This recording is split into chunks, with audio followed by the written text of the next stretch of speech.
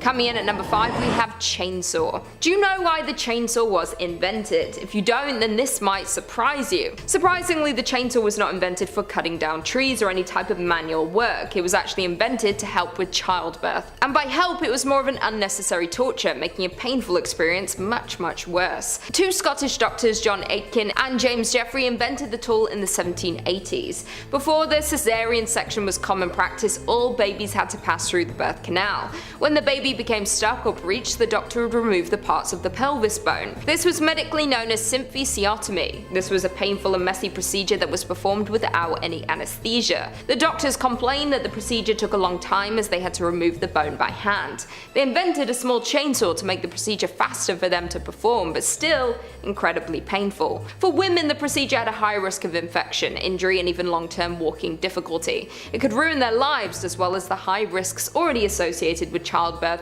from that time. In the 20th century, the use of this procedure became obsolete when improvements in hygiene and technique made the cesarean section much safer. It wasn't until the 1920s that the chainsaw began to be developed for use in forestry work. Coming in at number 4 we have the Stanford Prison Experiment. The Stanford Prison Experiment is a famous experiment conducted in 1971. There have been documentaries and even a film created based on the story of what happened to the participants. Dr. Zimbardo wanted to create a social experiment to see how people would react when put into certain roles. Would they behave as their usual self or mold to their new role? The 2-week experiment took place in a prison environment. It soon became controversial when the public saw the details and heard from those involved. Some questioned the scientific validity and called the methods deeply flawed. Once approved by the university, they placed an ad for male college students to participate in a psychological study. 75 applied for the study, and after screening, 24 were accepted. The applicants were predominantly white, middle class, and appeared to be psychologically healthy and stable. They chose people without a criminal background or any medical problems. They were then randomly separated into 2 groups, one being inmates and the others guards. They were paid $100 a day to participate for 14 days. Within as little as 5 days, the group had fallen into chaos. The guards took on the stereotypes of what a prison guard should be in their eyes. They all became cruel and made choices to impact the prisoners, such as limit their food or make them wear bags on their head. They allowed a visit from family on the 5th day. Parents were concerned about the well-being of their children and threatened to contact lawyers to get them removed from the experiment. A colleague of Dr. Zimbardo visited the experiment the same day and was disgusted by the behavior she witnessed. She also noted that the doctor had also seen behavior changes in his role as the warden. She said she didn't recognize him. He was acting so out of character.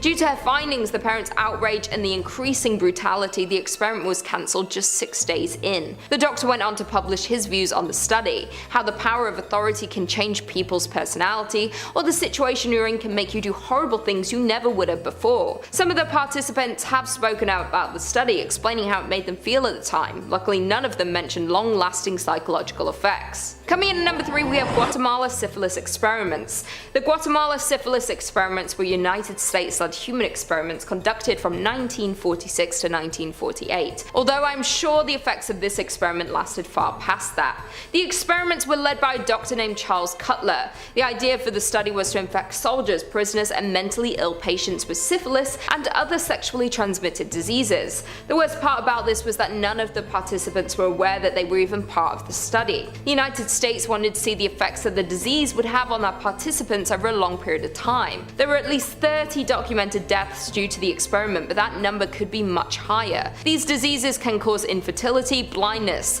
it can make you paralyzed, and even cause dementia. There is a long list of horrible things that were inflicted on these people that would have affected them and future generations for years following. The experiments were uncovered in 2005 while someone was researching into studies around it. It wasn't until 2010 when the US government formally apologized for their actions. They admitted to violating human rights and that committing the study was a crime against humanity. There have since been a number of lawsuits filed against the US government for what they did to the community. People want answers as to why and how this could have happened. What makes this worse is that this was not the first study of its kind conducted by the US Public Health Study. They did the exact same thing in 1932 to Tuskegee. 600 sharecroppers were found and hired in Alabama. Again, none of them were told they had been given the disease. They were only told they'd be given free healthcare, meals, and burial insurance. Even after penicillin was proven to cure the disease, the study continued until 1972, 25 years after the cure was found. In addition to the original subjects, the victims of the trial passed the disease onto their wives, and their children were born with it also. They tried to cover up both trials, but Bill Clinton formally apologized in 1997 to those affected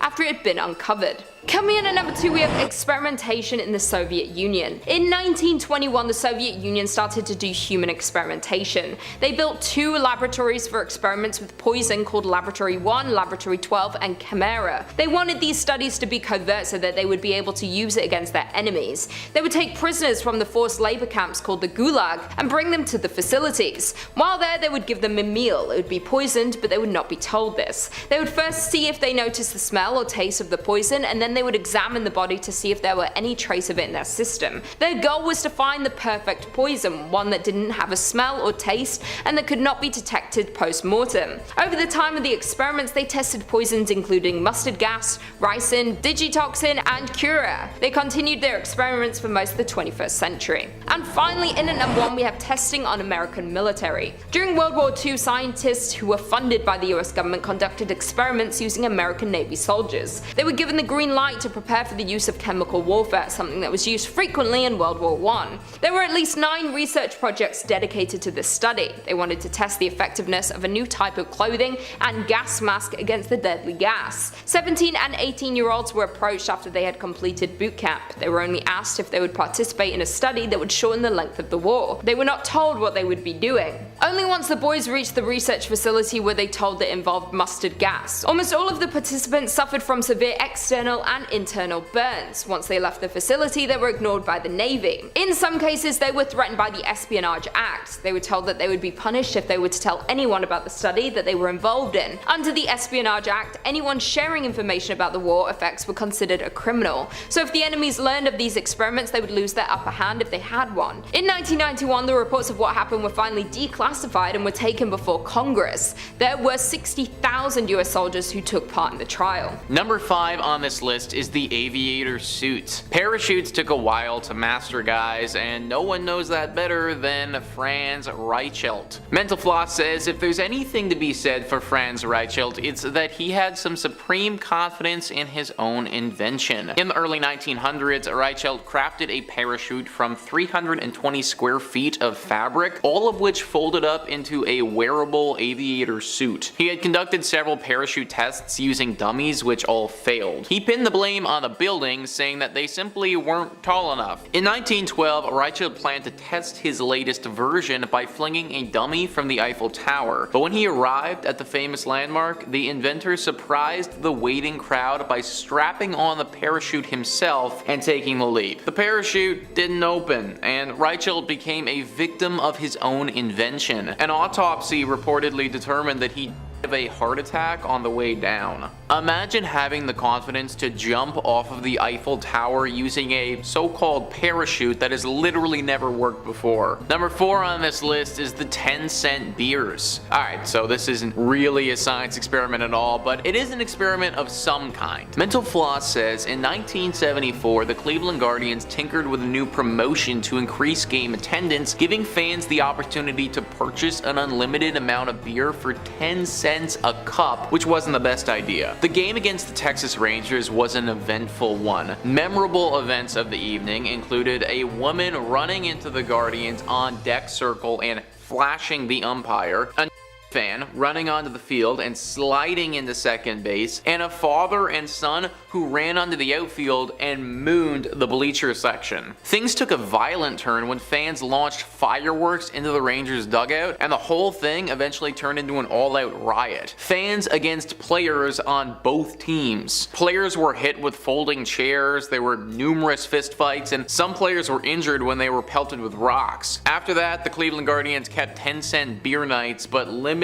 the promotion to 2 drinks per person. So basically, humans and 10-cent beers do not go well in a public setting. I also looked it up with an inflation calculator, and even today, that would have been 60 cents a beer. Yeah, I can see how that could have been a problem. Number 3 on this list is the Ape Experiment. Yeah, you know, I didn't think it would take a rocket scientist to figure out that raising your kid among apes was a bad idea, but here we are. Mental Floss says in the early 1930s, 1930s, comparative psychologist Winthrop Kellogg and his wife welcomed a healthy baby boy they named Donald. The psychologist had grown interested in those stories of children who were raised feral, but he didn't send Donald to be raised by wolves. He did the opposite. He managed to get his hands on a similar aged baby chimp named Gua and raised her alongside Donald. Gua initially did better than Donald in tests that included things like memory, scribbling, strength, dexterity, reflexes, problem solving, climbing, obviously, language comprehension, and more. But she eventually plateaued, and it became evident that no amount of equal treatment was going to make her behave more like a human. But when the Kelloggs ended the experiment, they did so abruptly and without much explanation, which is contrary to the meticulous records they otherwise took throughout the course of the study. While Gua wasn't showing any signs of picking up English, Donald had started to imitate the vocalizations of his sister from another species, so it's not hard to speculate why the Kelloggs called it quits. Guys, I'm all for having a pet, but when my kid starts acting more like the pet than me, that's where we need to call it, I think. Kellogg's felt the same way, and hopefully that will be the last time anyone ever tries something like this. Number 2 on this list is the Soul Experiment. So in all honesty, this one is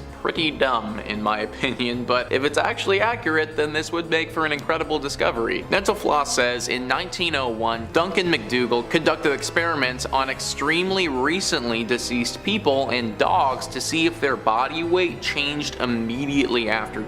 A decrease in weight, he theorized, would be indicative of a physical soul leaving the body. To test this theory, he weighed 6 people before and after their death, and concluded that there was a weight difference anywhere from half to 1.5 ounces. He repeated the experiment on dogs and found no difference, and therefore, by McDougall's reasoning, dogs have no souls. Other scientists have been critical of this experiment from day one, citing issues like small sample size and imprecise methods of measurement. Sounds like my dude Duncan was more of a cat person, honestly. I don't know, folks. It feels like there are a lot of holes in this experiment and not a whole lot of logic. Maybe it is accurate though, and we do have souls that weigh something. And finally, number 1 on this list is the Unibomber.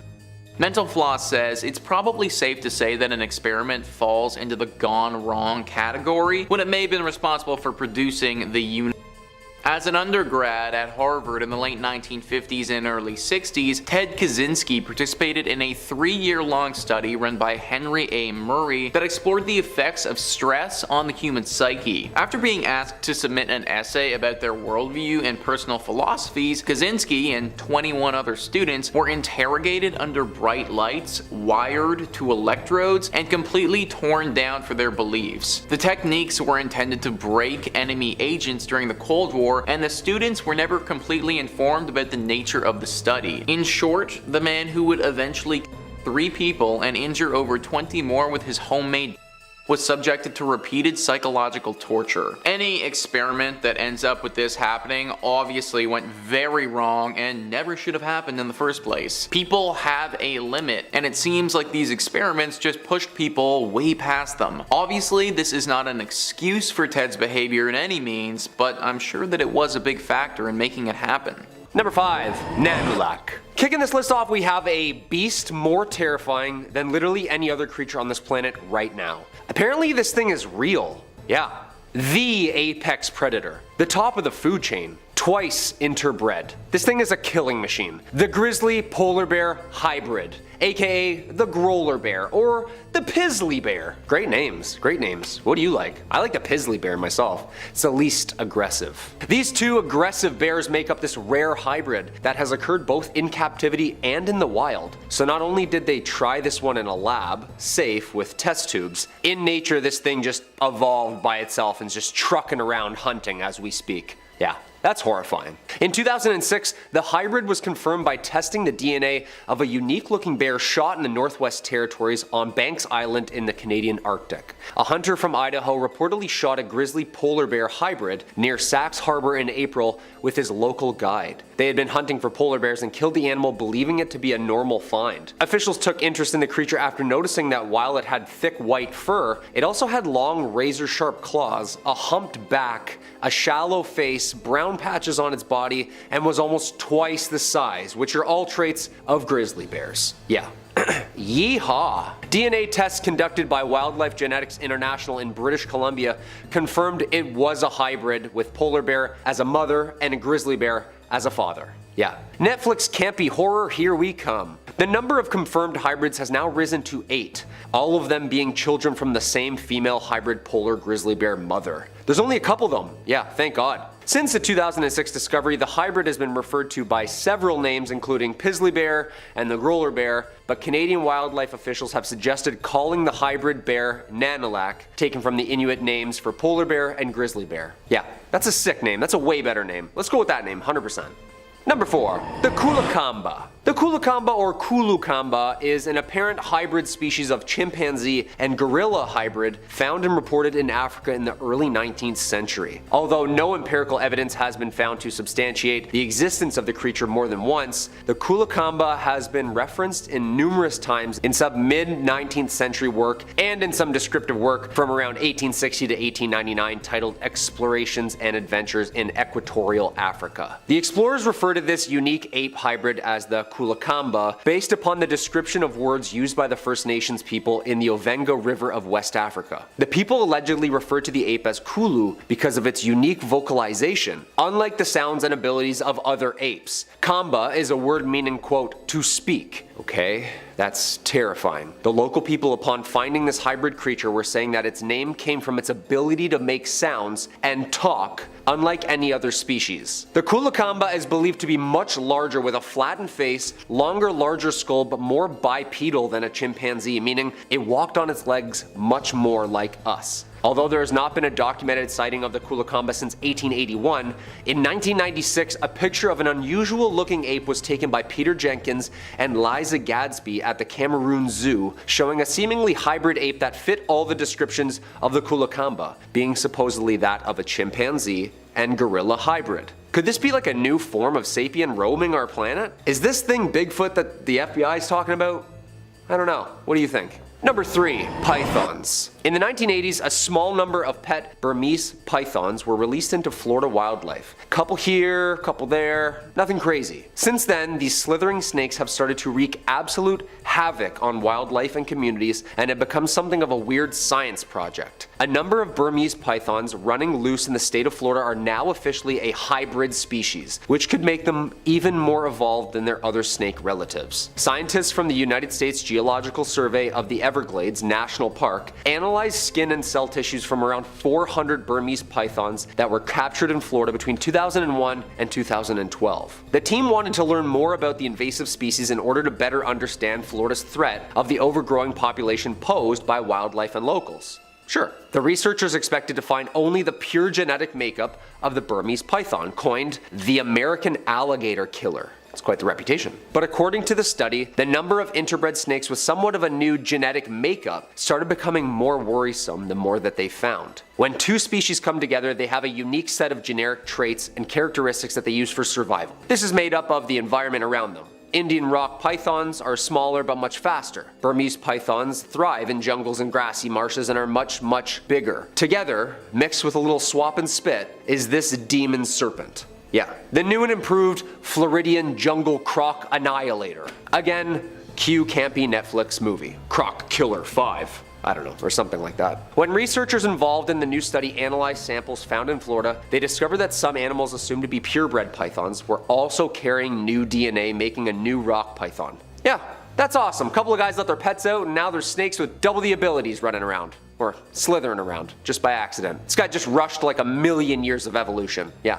Thanks, Florida. Number 2. Beetlejuice. A living beetle-computer hybrid with legs that can be fully controlled by humans has been created by researchers in Singapore. I feel like that should have been on every newspaper in like 2016. Like, did you hear about this? Cause like I never did, you know? The beetle joins a long list of insects that have been turned into robots since the early 2000s. The others, of course, including hawk moths and cockroaches. None of those insects, however, had their walking speed, step frequency, and gait fully controlled by humans, making the BeetleBot the first of its kind. Okay, this thing is terrifying. I've seen what Sophia does with the AI that is capable over at Hanson Robotics. This thing's gonna be the next bug Terminator. Like, I feel like this is the prequel to Starship Troopers. Researchers apparently ran electrodes into the leg muscles in the beetle's first pair of legs, and then stimulated movement by running currents through each other specific leg, Dr. Octavius style. The giant flower beetle, or Messionorina torcata, was then controlled via wires mounted onto the insect by Dr. Hirotaka Sato, an aerospace engineer, and his team from Nanyang Technology University in Singapore, tracking the beetle's motion with a 3D motion capturing system.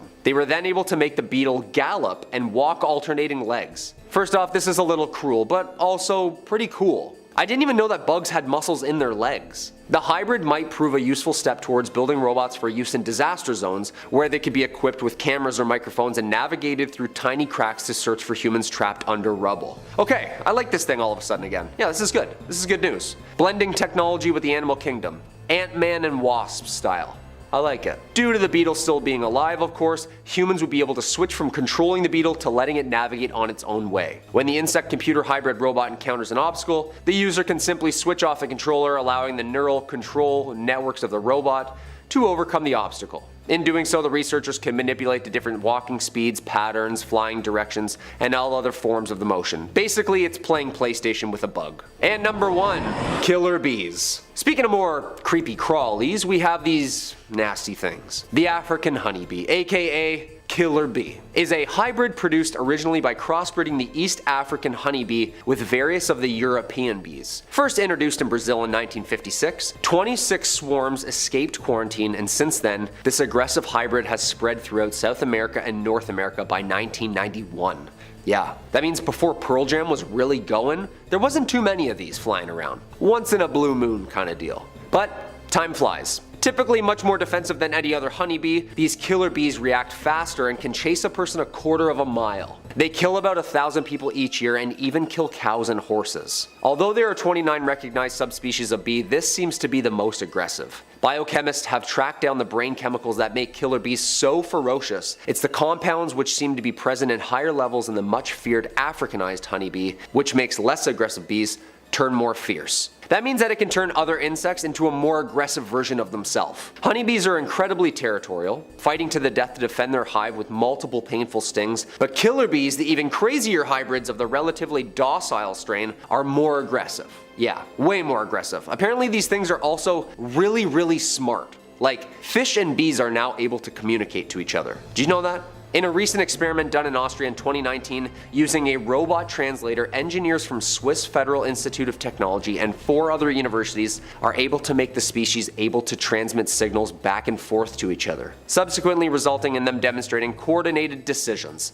Yeah, Google it. Apparently these bees are so smart, they can signal underwater to fish. Yeah. We might not even need the controller for the bugs soon enough. Just when I thought the animal kingdom couldn't get even scarier, bees and fish are texting each other. Yeah.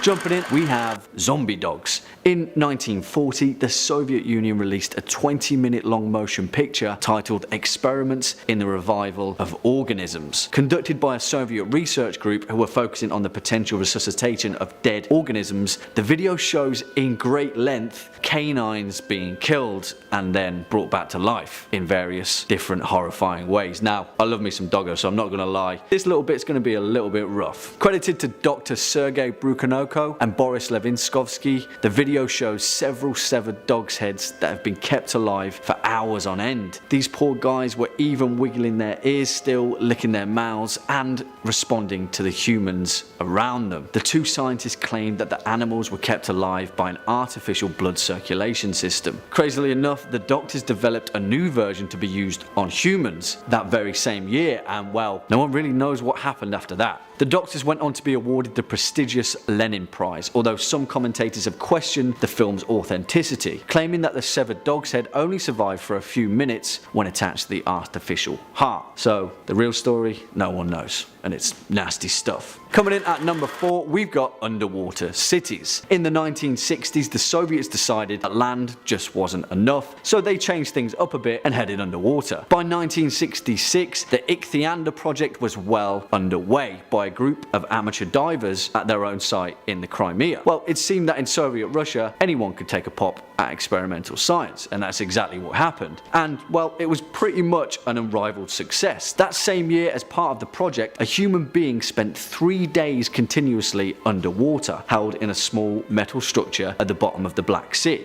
It picked up some serious hype, and the underwater project soon attracted the attention of the Soviet science authorities. This led to an even bigger push into the experimental field, and in 1967, the project operated an underwater habitat for over 2 weeks. Mysteriously, after that, Project Ichthyander was abruptly dissolved, but records state that the research led to several other Soviet experiments into underwater habitats, such as Sadko, Chernomor, and Sprut. These sites actually exist, so kind of makes you think, are they still down there? Next up at number 3, we have the two-headed dog. Man, here's another rough doggo video, but well, sadly, it seems like man's best friend was the test subject of choice in most early hybrid experimentation. Such is the case with Dr. Vladimir Petrovich Demikov. Born in Moscow in 1916, this Soviet scientist dedicated his life's work to what he referred to as transplantology. During the 1930s and 50s, Demikov went on to pioneer several organ transplantations, such that had never been done before in medical science, such as a heart transplant for an animal and a lung to heart transplant. His most messed up transplantation though, hands down, is his research into dog head transplants, of course, which, well,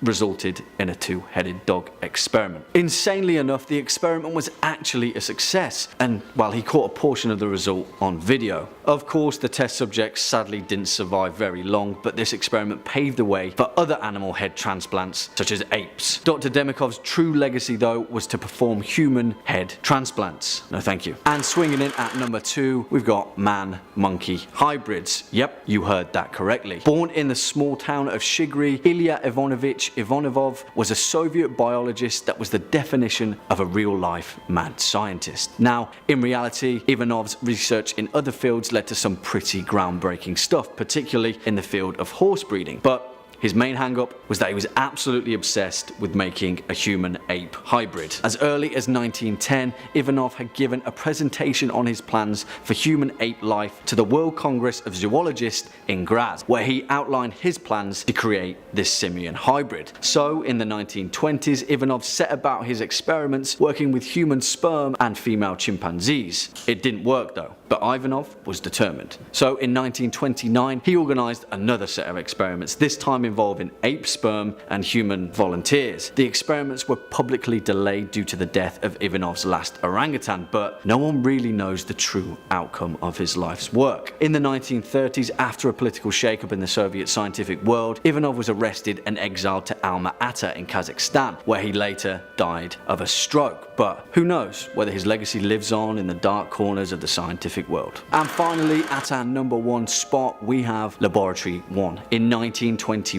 the Soviet Secret Service, also known as the Cheka, undertook various tests on deadly poisons in an aim to create the perfect biological weapon. In 1939, the small test location was renamed Laboratory 1 and came under the command of notorious Soviet biochemist Grigory Marinovsky. Their objective was the stuff of horrors and set a precedent that would use animals and humans as test subjects to perfect their methods of mass extermination. Marinovsky and his team of scientists would test their poisons on human prisoners from Russian gulags, who they dubbed the so-called enemies of the people. These poisons included mustard gas, ricin, digitoxin, and cyanide, and it was given to their victims under the guise of a meal, a drink, or even medication that was meant to help them. Eventually, these vile experiments led to the development of CT/K2, a poison which caused victims to become calm and silent, then eventually die within 15 minutes. Although Marinovsky was arrested by Joseph Stalin as part of a political science shakeup, his horrific legacy lived on, and Laboratory 1 was reportedly reactivated in the late 1990s as part of a biological and toxin weapons project. Scary stuff, eh? Well, what do you guys think? Let us know in the comment box down below. Unfortunately for us, that's all we've got time for in today's video. Make sure to give us a thumbs up and be so kind to hit that subscribe bell. up above. If you've enjoyed this video, share it with a friend or even your enemy so you can keep them on their toes. As always, it's been a pleasure to see you. I've been your host, Jack Finch. You've been watching Top 5 Scary Videos, and until next time, take it easy.